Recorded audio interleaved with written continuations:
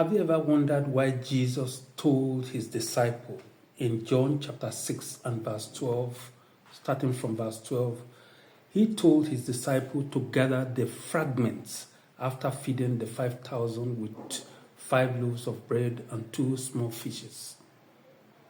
Jesus was obviously told them to gather the fragments, not to feed the poor or gather the fragment for their next meal. No, Jesus wasn't telling them to gather the fragment for those purposes. The miracle was already done. Jesus was teaching a deeper lesson, far more than the fragment here. Jesus, when the disciples were faced with anxiety, with fear about what to eat, about the loaves of bread to feed them, and they were under fear and anxiety, then they said, maybe because we forgot to carry loaves of bread.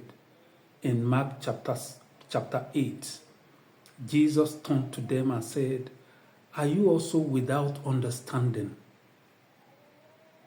Don't you remember how many baskets of leftover did you carry after feeding 5,000? They answered and said 12. What about feeding 4,000? How many baskets did you carry? They said 7. So why are you under tension, anxiety, and fear of tomorrow here? The lesson is deeper than the fragments. And for us today, Jesus is telling us that remember the testimony of the past. Remember the testimony of how I gave you victory. Remember the testimony of unexpected provision. Remember the testimony of health and healing that you enjoyed in the past. He said, remember it.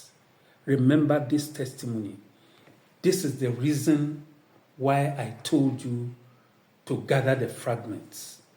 This is the reason why I know that every fragment of your life will be pieced together by God in order to tell a bigger story concerning your life.